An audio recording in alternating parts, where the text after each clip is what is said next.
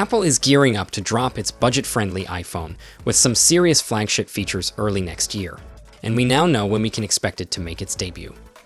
The iPhone SE 4 is shaping up to be a major upgrade, both for Apple and for users, thanks to a fresh new design and a whole bunch of improvements across the board. According to a team of analysts, the iPhone SE 4 will be launching in March 2025, and it's packing Apple's custom 5G modem, which is a game-changer. This isn't just a minor upgrade either. The iPhone SE 4 is set to be a bigger jump than we originally thought. For Apple, it's a key moment since this launch will mark the debut of their custom-built 5G modem, a big step towards reducing their reliance on Qualcomm. Barclays analyst Tom O'Malley and his team recently traveled to Asia to meet with key manufacturers and suppliers, and their latest insights suggest that the iPhone SE 4 will be ready by the end of Q1 2025, with March being the most likely launch window, just like the iPhone SE 3, which hit stores on March 22, 2022. We've been hearing rumors about the iPhone SE 4 for a while now, but this latest info lines up with earlier reports of a spring release, so it's starting to feel pretty official.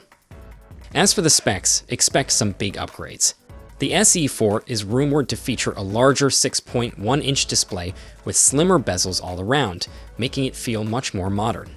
The iconic Home button with Touch ID will be ditched in favor of Face ID. Under the hood, the iPhone SE 4 will run on the A18 chip, the same one powering the iPhone 16 lineup, and come with 8 gigs of RAM. Pretty impressive for a budget model.